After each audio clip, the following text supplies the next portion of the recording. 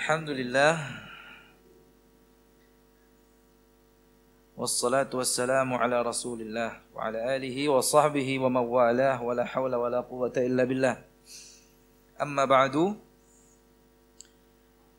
Bapak-bapak, ibu-ibu, jamaah sekalian yang semoga senantiasa dirahmati Allah Subhanahu wa taala. Orang yang membaca Al-Qur'an itu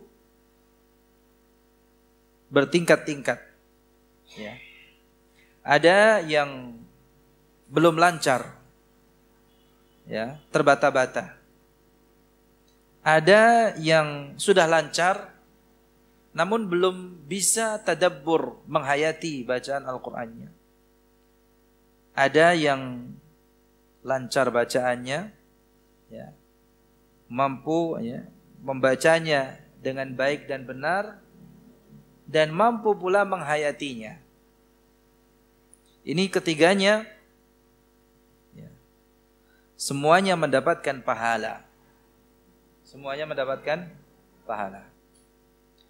Namun tentu yang terbaik adalah yang mampu membaca dan mampu pula mentadabburinya, menghayatinya. Karena tadabbur itu adalah tujuan utama diturunkannya Al-Quran. Sebagaimana firman Allah di dalam surat Shad ayat 29, Kitabun anzalnahu ilaika mubarak, ya. Sebagaimana yang pertemuan sebelumnya kami sampaikan, Al-Quran ini adalah kitabun mubarak, kitab yang penuh dengan barakah, banyak sekali kebaikan di dalamnya. Bagaimana supaya barakah Al-Quran itu dapat kita raih? Tentu tidak hanya sekedar dibaca. Membacanya disertai dengan penghayatan isinya. Ditadaburi ayatnya.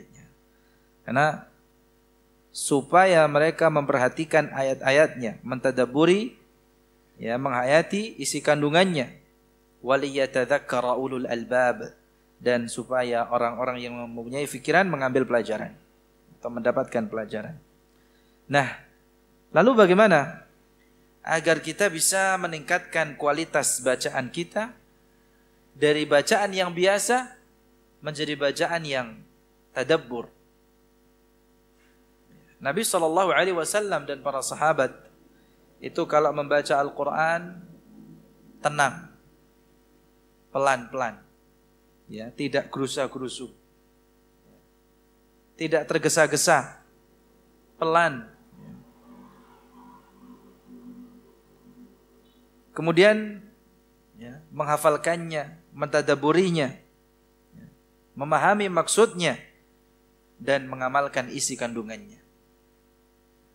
Nah, di antara sebab atau sarana yang bisa mengantarkan kita pada tadabbur itu, yang pertama adalah ikhlasun niyah. Mengikhlaskan niat. Niat yang ikhlas itu kuncinya. Ya. Niat yang ikhlas, dengannya Allah Subhanahu wa taala akan memberikan taufik kepada kita. Karena untuk bisa mentadabburi Al-Qur'an, ya, di dalam membacanya itu adalah merupakan taufik dari Allah. Maka untuk mendapatkan taufik itu dibutuhkan keikhlasan niat. Mengikhlaskan niat adalah suatu hal yang utama, yang pertama, ya, dalam segala hal, termasuk dalam melatih diri kita untuk tadabbur Al-Quran. Ini butuh latihan, butuh perjuangan, ya. Oleh karena itu, ya, perlu kita fahami bersama, yang pertama dan yang paling utama itu keikhlasan niat kita yang harus selalu diperhatikan. Baru kemudian setelah itu memahami tafsirnya. Memahami tafsirnya. Tafsir itu tentu berbeda dengan terjemah. Kalau terjemah itu kan sekedar alih bahasa. Kalau tafsir itu adalah penjelasan, ya, dari ayat-ayat. Dan baca tafsir suatu ayat itu penting. Penting sekali. Kita bisa mencari tafsir-tafsir yang terpercaya. Ya, tafsir-tafsir yang diterima di tengah umat ini. Ya, sejak dulu hingga sekarang. Dan patut untuk kita menghindari tafsir-tafsir yang ditulis oleh orang-orang yang menyimpang. Yang ketiga, mengetahui kaidah bahasa Arab. Jadi setelah mengikhlaskan niat, memahami tafsirnya, bisa mungkin dengan apa? Tafsir praktis ya, muyassar atau mukhtasar fit tafsir, dan banyak tafsir praktis ya. Seperti itu dulu. Kemudian yang ketiga, mengetahui kaidah bahasa Arab atau gramatika bahasa Al-Quran. Walaupun ini memang lebih sulit ya dibanding dua wasilah sebelumnya, namun rasanya tidak mungkin ya seseorang itu bisa mentadaburi Al-Quran sedangkan dia tidak memahami tata bahasa Arab ini. Maka bersungguh-sungguhlah di dalam mempelajari bahasa Arab. Seperti halnya kita juga bersungguh-sungguh dalam mempelajari apa? Bacaan Al-Qur'annya, tajwidnya. Yang keempat, menghadirkan keyakinan bahwa Al-Qur'an itu adalah risalah atau surat yang pesannya ditujukan kepada kita.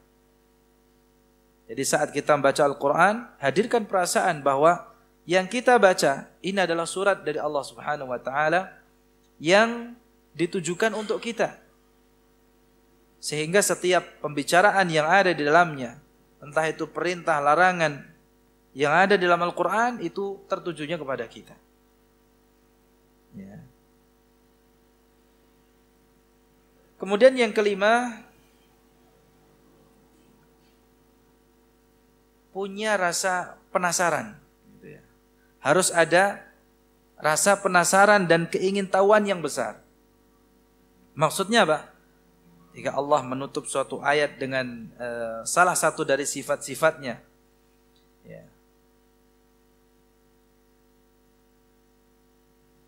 maka kita bertanya-tanya. Kita mencari tahu hikmahnya. Mengapa sifat tersebut yang Allah pilih untuk penutup ayat? Ya.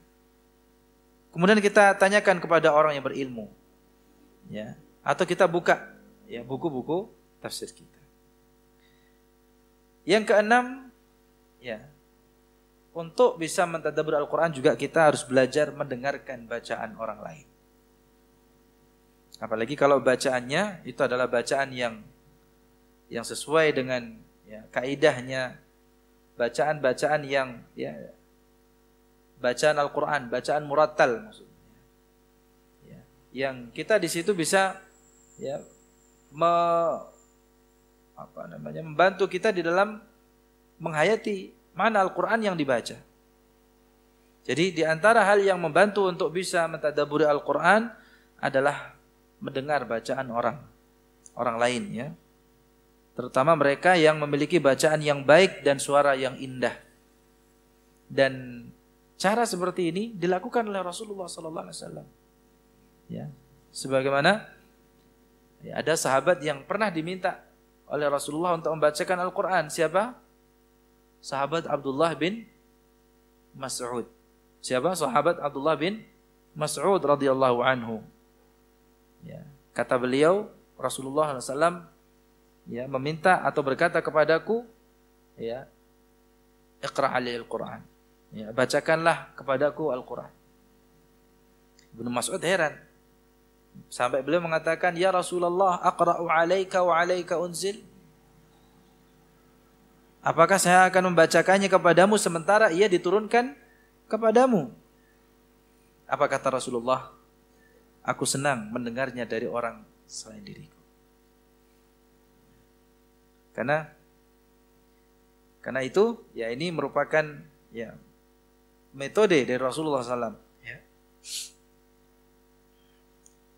Kemudian cara-cara yang lainnya, ya seperti ya membacanya dalam sholat malam, ya, walaupun membacanya dari mushaf. Jadi membacanya di saat qiyamul lail, ya.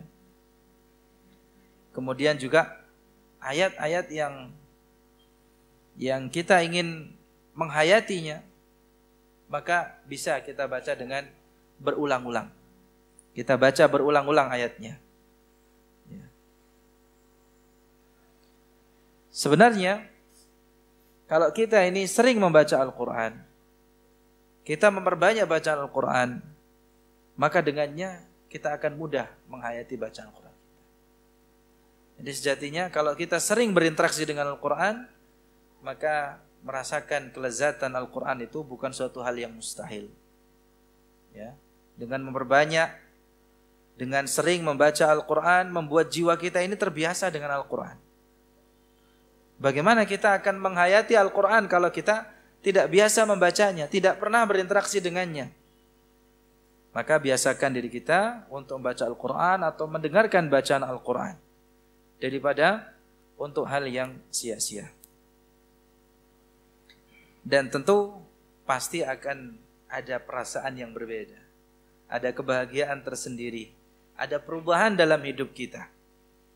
Ya. Yakinlah bahwa dengan kita sering berinteraksi dengan Al-Quran, ya, Allah Subhanahu Wa Taala akan mudahkan urusan kita, urusan dunia kita, urusan akhirat kita. Dan yang paling membahagiakan lagi, ya, itu adalah tambahan keimanan. Ya, seperti baterai itu kalau dicas gimana? Full, ya, sampai kuat gitu ya, tahan lama dalam melakukan ibadah. Ibaratnya ngecas ini ya, hati ini kan gampang lopet ini. Kalau nggak dicas, nggak tahan lama, ya. Baru duduk di majelis sebentar sudah, aduh ini Ustaz ngomong apa ini ya. Ya, baru sholat sebentar, ya Allah ini lama. Kok nggak cepetan saja. Buru-buru. Hatinya tidak tergantung dengan Allah Subhanahu Wa Taala, tidak menggantungkan, tidak merasakan nikmatnya sebuah ketaatan ibadah. Maka itu penting, salah satu terapinya adalah dengan Al-Quran. Membiasakan diri, memperbanyak tilawah. Ya tentu dimulai dari sedikit demi sedikit. Tidak bisa langsung banyak gitu ya. Ya, sedikit demi sedikit, tapi rutin. Seperti itu. Sampai kemudian kita terbiasa. Sampai-sampai kita kalau tidak baca Al-Quran hari ini, kayak rasanya hampa hidup ini. Ada yang kurang. Seperti itu. Maka jadikan membaca Al-Quran itu adalah prioritas utama kegiatan hidup kita, bukan menjadi sampingan kita. Niscaya kita akan merasakan dahsyatnya keajaiban Al-Quran ini. Kita akan merasakan perubahan yang positif tentunya, pengaruh yang positif di dalam kehidupan kita. Wallahu a'lam. Tapi ingat, tidak hanya sekedar membaca, sambil ditadaburi, dihayati, dipahami maknanya. Jamaah sekalian yang dirahmati oleh Allah, ya. Terakhir kita membahas kaifiyah hudutsil aswat. Bagaimana suara itu terjadi. Sekarang kita akan membahas definisi huruf. Sebelum kita masuk ke bab makharijul huruf, mari kita kenali huruf itu apa.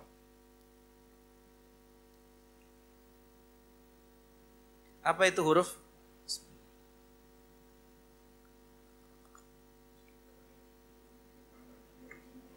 Ya, huruf itu adalah suara yang bertumpu pada makhrajnya. Baik itu yang muhaqqaq atau yang muqaddar. Betul.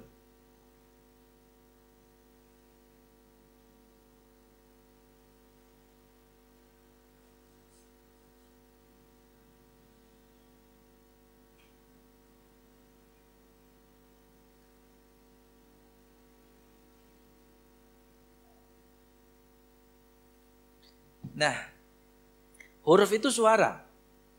Huruf itu apa? Suara. Nah, suara ini ada sumbernya. Sebagaimana pekan yang lalu, ya, kita menyebutkan sumber suara. Jadi suara itu terjadi melalui beberapa cara.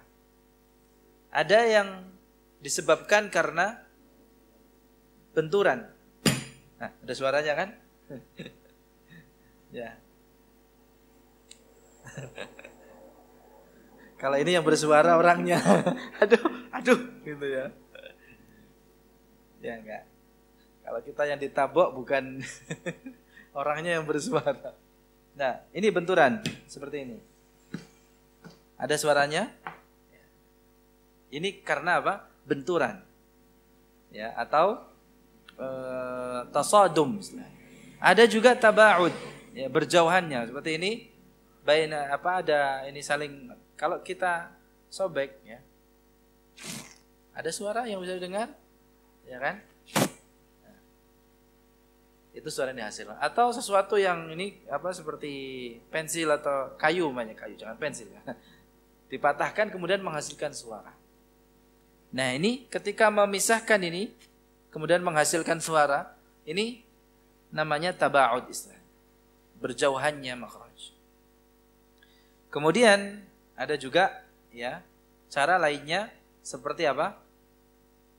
Gesekan atau apa? Getaran sehingga menghasilkan suara. Ya, ini menurut ya ilmu fizial aswat, ya, fisika gitu. Jadi ada ininya juga ya bisa divisualisasikan. Nah, huruf yang sukun, huruf yang dalam keadaan sukun, itu suaranya muncul karena apa? Benturan. Ya. Contoh, ab, be. Nah, ini kan benturan. Ab. Ya. Demikian juga dalam keadaan fathah, ba, bi, bu, ya, itu berjauhan, tabaun. Jadi huruf sukun itu munculnya suaranya disebabkan karena tasadum, dan huruf yang berharakat suaranya muncul disebabkan karena tabaud. Jadi ada tasadum, tabaud. Dan untuk huruf yang baik, nanti kita bahas. Jadi huruf itu pengertiannya apa? Suara yang bertumbuh pada makhraj. Nah, di sini ada dua. Ada makhraj muhaqqaq, ada makhraj muqaddar. Apa artinya muhaqqaq? Yaitu makhraj yang dapat diwujudkan. Bagaimana cara mewujudkan? Bagaimana cara kita mengetahui makhraj suatu huruf? Sukunkan hurufnya. Kemudian di mana suara itu terhenti, disitulah makhrajnya. Ini kalau makhraj muhaqqaq. Contohnya, ambil ba tadi. Ab. Coba. Ab. Suaranya terhenti di mana? Bibir. Berarti itulah makhrajnya ba. Kalau seperti ini makhrajnya muhaqqaq istilahnya. Muhaqqaq. Ini makhraj yang dapat diwujudkan. Baik, coba contoh huruf yang lain. Al. Ya. Atau apa lagi? Ad. Ya. Hamzah. A. Ya kan? Mu'minina. Mu'min. Itu kan? Suara hamzahnya terhenti di mana? Pangkal tenggorokan. Nah, berarti disitulah makhrajnya. Ya. Kalau seperti ini istilahnya makhraj muhaqqaq. Jadi suaranya keluar dari makhraj atau tumpuan makhrajnya ada di makhraj muhaqqaq. Nah, satu lagi namanya muqaddar. Ya. Oh, ini tadi dal ya. Ad ya. Sekarang kalau kita mengucapkan alif, la ya. La gimana? Itu alifnya, suara alifnya terhenti di mana? Suaranya terhenti seiring dengan habisnya nafas. Suaranya terhenti seiring dengan terhentinya nafas. Kalau demikian, maka ini makhrajnya muqaddar. Apa artinya muqaddar? Kalau tadi muhaqqaq dapat diwujudkan, kalau muqaddar diperkirakan. Betul ya? Ya. Itulah huruf ya. Yang maknanya adalah suara yang bertumbuh pada makhraj, baik itu yang muhaqqaq. Nah, Apa yang saya sampaikan tadi, huruf sukun itu keluarnya dengan tasadum. Ya, benturan antara dua organ pengucapan. Contoh, ya, kita ucapkan am.